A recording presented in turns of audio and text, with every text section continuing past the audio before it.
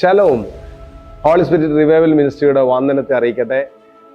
പലപ്പോഴും ഉപദേശിച്ച് ആൾക്കാരെ ചേഞ്ച് ചെയ്യാൻ നോക്കുന്ന ഒരു സമൂഹമാണ് നമ്മുടെ ചുറ്റും. എല്ലാവരും പറഞ്ഞു കൊടുക്കുക, ഉപദേശിക്കുക, വഴക്ക് പറയുക.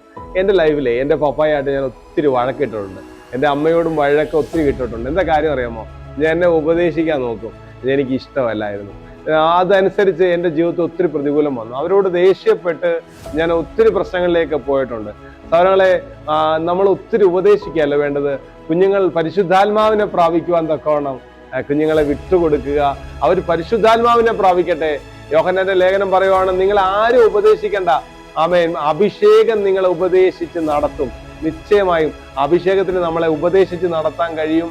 അതുകൊണ്ട് ഉപദേശിച്ച് നമ്മൾ ക്ഷീണിക്കാതെ, ഉപദേശിച്ച് പ്രയാസപ്പെടാതെ, ഒത്തിരി പ്രശ്നങ്ങളിലേക്ക് പോകാതെ കുഞ്ഞുങ്ങൾ കാത്തിരുന്ന് അവർ അഭിഷേകം പ്രാപിക്കട്ടെ. നിശ്ചയമായും പരിശുദ്ധാത്മാവരെ നടത്തും. അനുഗ്രഹിക്കപ്പെട്ട ജീവിതം കുഞ്ഞുങ്ങൾക്കുണ്ടാവും. അതുകൊണ്ട് മാതാപിതാക്കൾ ഫ്രീ ആകുക. കുഞ്ഞുങ്ങൾക്ക് പരിശുദ്ധാത്മാവിനെ പ്രാപിക്കാനുള്ള അവസരം കൊടുക്കുക. നിങ്ങളുടെ വീട്ടിൽ അങ്ങനെ മീറ്റിങ്ങുകൾ വെക്കുക.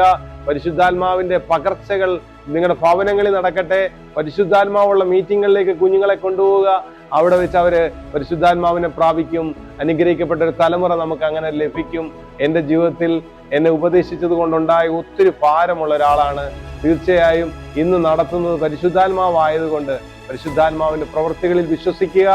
God bless you. Shalom shalom.